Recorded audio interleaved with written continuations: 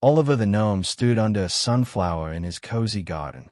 The sky glowed pink with morning light.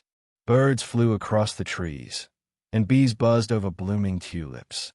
He smiled as he picked up a shiny, round pebble from his favorite spot near the mossy rock. Oliver slipped on a patch of wet leaves. The pebble shot out of his hands and rolled quickly down the garden path, past mushrooms and ferns. He gasped and ran after it, dodging snails and twigs. The pebble bounced down a hill and disappeared into the thick forest. Oliver reached the edge of the woods, panting. The trees stood tall and dark, with twisted roots and glowing mushrooms scattered around. A bushy-tailed squirrel grabbed the pebble and darted through the underbrush. Oliver sprinted behind it, leaping over logs and ducking under branches. Leaves scattered as they rushed through the forest. The squirrel jumped across a bubbling stream. Oliver followed and nearly slipped on the wet rocks. He used a stick for balance, his boots splashing in the cold water as he kept his eyes on the pebble.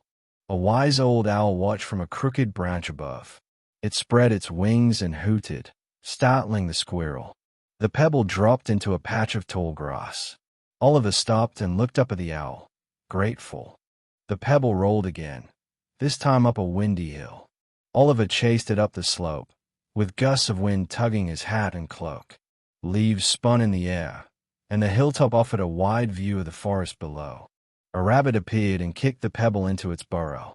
Oliver dove after it, sliding into a dark tunnel lit by glowing roots and fireflies. The walls shimmered with moss and crystals. The tunnel opened into a small cave where the pebble landed on a glowing stone pedestal.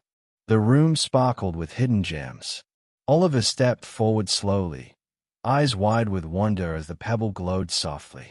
Oliver returned to his garden with the pebble in his pouch. He sat on a toadstool as the sun set behind the hills.